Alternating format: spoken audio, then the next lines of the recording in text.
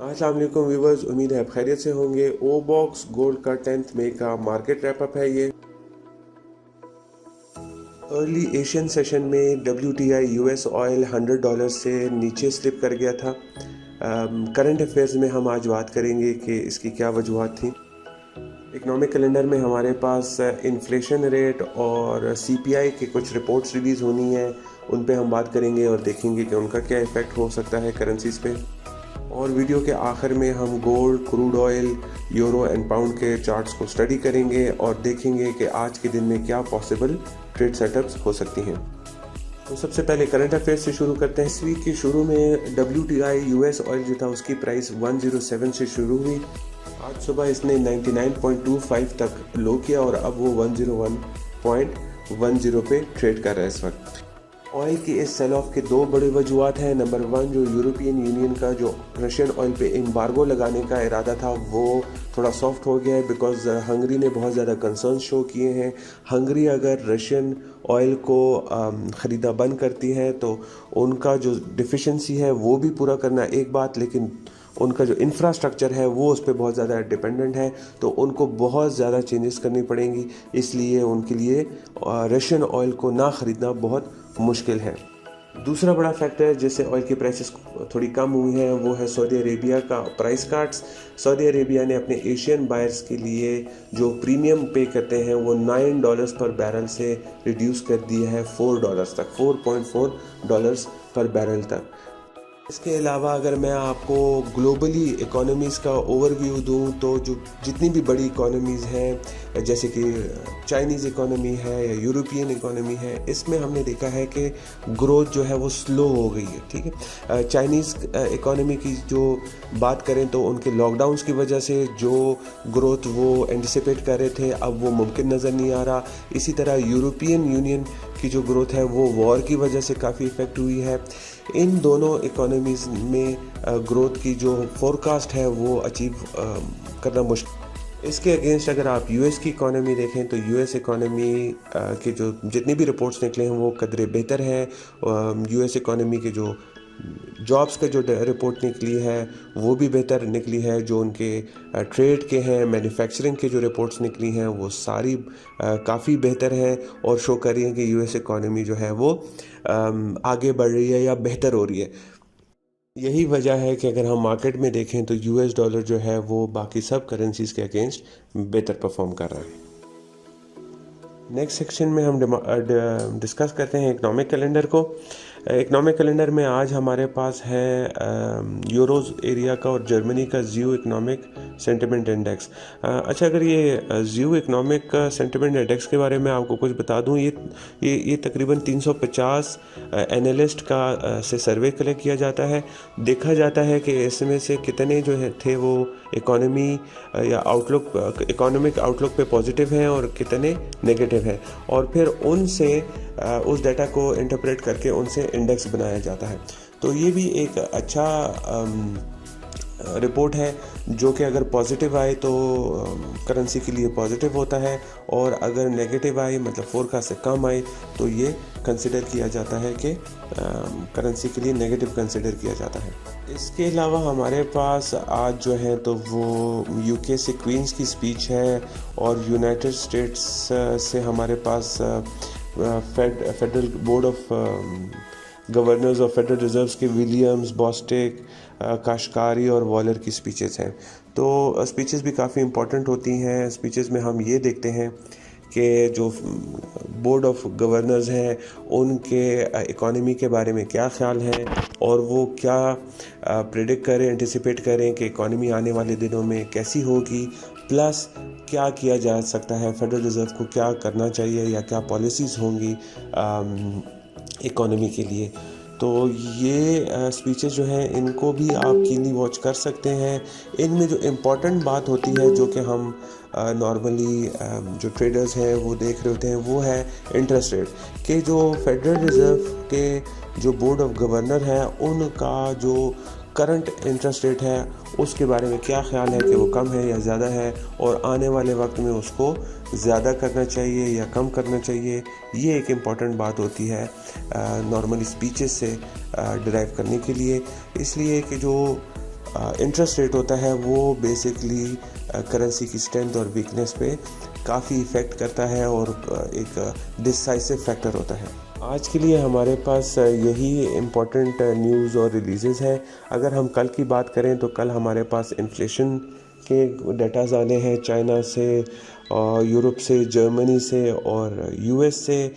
Inflation basically महंगाई को कहते हैं। अच्छा, इन्फ्लेशन पे मैं आपको बता दूं कि किसी भी मुल्क के लिए इन्फ्लेशन थोड़ा सा लेवल अच्छा होता है, ठीक है। और ये नॉर्मली इकोनॉमिस्ट कहते हैं कि 2 से 3% जो है इन्फ्लेशन, ये एक अच्छा फिगर है, ठीक है। अब इससे अगर कुछ कम हो तो वो भी इकोनॉमी के लिए अच्छा नहीं है, इसलिए कि वो फिर रिसेशन की तरफ जाने लगता है इकोनॉमी। और अगर इनसे ज़्यादा हो तो वो हाइपर इन्फ्लेशन की तरफ इकोनॉमी जा रही होती है। तो सारी इकोनॉमी, सारी कंट्रीज़ का ये टारगेट होता है कि वो अपनी पॉलिसीज़ को ऐसे रखें कि जो किसी भी मुल्क का इन्फ्लेशन जो है वो 2 से 3% के दरमियान रहे। ये एक आइडियल इन्फ्लेशन रेट होता है। तो कल जब हम वीडियो रिलीज़ करेंगे तो उससे पहले चाइना की आ चुकी होगी, इसलिए चाइना की हम बात करेंगे। यूएस वगैरह की जो है वो हम कल नेक्स्ट वीडियो में बात कर लेंगे।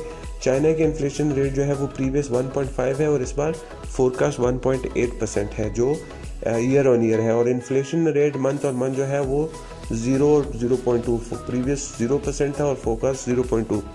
तो जैसे मैंने आपको कहा ये 2 से नीचे आ रहा है, तो डेफिनेटली चाइनीज़ इकोनॉमी कोशिश करेगी कि इसको 2 तक ले जाए, 2 से ऊपर ले जाए। अब इकोनॉमी इन्फ्लेशन को ऊपर ले जाने के लिए नॉर्मली इंटरेस्ट रेट को कम किया जाता है, मनी सप्लाई बढ़ाया जाता है और भी इस तरह की कुछ चीज़ें होती हैं। बॉन्ड्स को यील्ड्स कम कर दिए जाते हैं, जिससे ये होता है कि मनी सप्लाई बढ़ जाती है और थोड़ी सी इन्फ्लेशन बढ़ जाती है, ठीक है। तो मार्केट में पैसा जो है वो रोटेट करने लग जाता है और सप्लाई बढ़ाने से उसकी कदर थोड़ी सी कम हो जाती है, जो कि इन्फ्लेशन पे रिजल्ट करती है। तो we can see that means कि चाइना जो है वो कोशिश करेगा कि अपनी इन्फ्लेशन को थोड़ा सा बढ़ाए। जो जर्मनी का है वो 7.3 है, ठीक है। जर्मनी का कल 11 बजे रिलीज़ होगा, चाइना वाला 6:30 रिलीज़ होगा और जर्मनी का 11 बजे रिलीज़ होगा। तो वो 7.3 प्रीवियस है और फोरकास्ट जो है वो 7.4 है। तो डेफिनेटली ये तो 3 से काफ़ी आगे है। जर्मनी की हुकूमत की यही पॉलिसी होगी कि वो कोशिश करें कि इसको कम करें और कम करने के जो चंद स्ट्रैटेजीज़ हैं उसमें इंटरेस्ट रेट बढ़ाना है। नेक्स्ट सेक्शन में हम चलते हैं अपने टेक्निकल एनालिसिस में, जिसमें हम चार्ट्स को स्टडी करते हैं और सबसे पहले हम स्टडी करेंगे यूरो यूएसडी को। अच्छा, यूरो यूएसडी जैसे कि हमने देखा कि फंडामेंटली डॉलर स्ट्रांग हो रहा है, तो वाइस वर्सा यूरो और पाउंड जो है उसके अगेंस्ट वीक होंगे। जैसे कि हमने कल आपको बताया था वीडियो में कि रैलीज़ को सेल करना ही बेहतरीन स्ट्रैटेजी है यूरो यूएसडी के लिए। आज भी हम ये रिकमेंड करेंगे कि जितनी भी रैलीज़ हैं उसको आप सेल करें, चाहे आप H1 पे करें, चाहे आप H4 पे करें या M30 पे करें, आप रैलीज़ को सेल करें। जो आपके प्रेफर्ड एरियाज़ हैं वो है 1.05, 60 या 70, ये बेहतरीन प्राइस है सेलिंग के लिए। और इसको टारगेट करें 1.0480 या 1.0500 को आप टारगेट करें, ठीक है। बिकॉज ये नीचे 1.0500 जो है और 1.0471 ये सपोर्ट एरियाज हैं और रेजिस्टेंस जो है वो 1.0560 तक है। तो आप उधर से आप इसको सेल कर।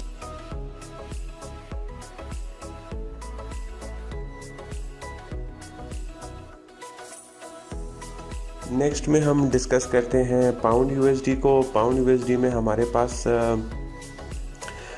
सेम स्ट्रैटेजी अप्लाई होगी जैसे कि हम यूरो यूएसडी के लिए अप्लाई कर रहे हैं। रीज़न यही है कि डॉलर जो है उसकी स्ट्रेंथ हम देख रहे हैं ओवरऑल अक्रॉस द बोर्ड, बाकी सारी करेंसीज़ के अगेंस्ट भी।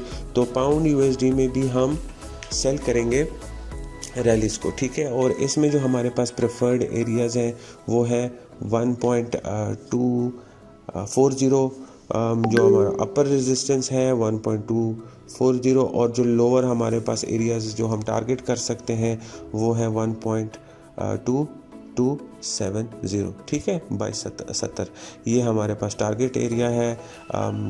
यूरो और पाउंड दोनों करेक्शन में हैं, जो उनके प्रीवियस सेल ऑफ है उसको अब कोरिलेट किया जा रहा है, उसको करेक्शन हो रहा है उसका, तो लिहाजा आपके लिए बेहतरीन स्ट्रैटेजी पाउंड और यूरो दोनों में रैलीज को सेल करना। दोनों के लेवल्स मैंने आपको बता दिए हैं। ये लेवल्स आपको एग्जैक्टली नहीं मिलेंगे, लेकिन इससे अगर आपको आसपास कोई भी प्राइस मिले 5-10 पॉइंट ऊपर नीचे, तो वहाँ पर आप एंट्री और एग्जिट कर। इसके बाद हम डिस्कस करते हैं गोल्ड के चार्ट को। गोल्ड में जैसे हमने प्रीवियस वीडियो में बताया था कि प्राइसेस की नीचे जाने के ज़्यादा चांसेस हैं और 1850 तक, तो आप आज अगर वीडियो देखें तो वैसा ही हुआ है कि 1850 पे एग्जैक्टली आके गोल्ड जो है वो रुक गया है और उससे वहाँ से बाउंस किया। अब ये बहुत ही क्रूशियल एरिया है, आज के दिन में हम इसको वॉच करेंगे। वैसे तो गोल्ड पे प्रेशर, सेलिंग प्रेशर अभी भी कंटिन्यूस है और देखेंगे कि ये सेलिंग प्रेशर कंटिन्यू होता है आगे इसको 1850 से नीचे पुश करने के लिए, ठीक है। तो अगर 1850 से ये नीचे पुश हो गया गोल्ड, तो फिर तो हमारे पास गोल्ड के नीचे जाने के चांसेस बढ़ जाते हैं और हमारे पास जो नीचे लेवल के आ जाते हैं वो 1837-38 तक चांसेस बन जाते हैं गोल्ड के नीचे जाने के। लेकिन अगर ये 1850 जो है ये होल्ड कर जाता है और इसको ब्रेक नहीं कर पाता, तो फिर गोल्ड जो है वो वापस 1890 तक जाने के चांसेस हैं। लेकिन आज के दिन में पॉसिबिलिटी ज़्यादा यही है कि ये 1850 को क्रॉस कर जाए, नीचे की तरफ तोड़ दे और भी नीचे चला जाए, जैसे 1837 या 39 की तरफ। तो गोल्ड के लिए भी हम यही रेकमेंड करते हैं कि आप रैलीज़ को सेल करें, किसी भी टाइम फ्रेम पे कर लें, लेकिन रैलीज़ को सेल करना ज़्यादा प्रेफर्ड है। इसका वीडियो देखने के लिए बहुत बहुत शुक्रिया। आज के लिए इतना ही है। हमारे चैनल को प्लीज़ सब्सक्राइब करें, कमेंट्स में हमें ज़रूर फीडबैक दीजिएगा। हमारा नंबर है, अगर आपको फ्री सेशंस और ट्रेनिंग्स चाहिए तो उस पर आप हमसे रब्ता करें और हमारे नुमाइंदों से फर्दर डिटेल्स लें। Thank you for watching. अल्लाह हाफ़िज़।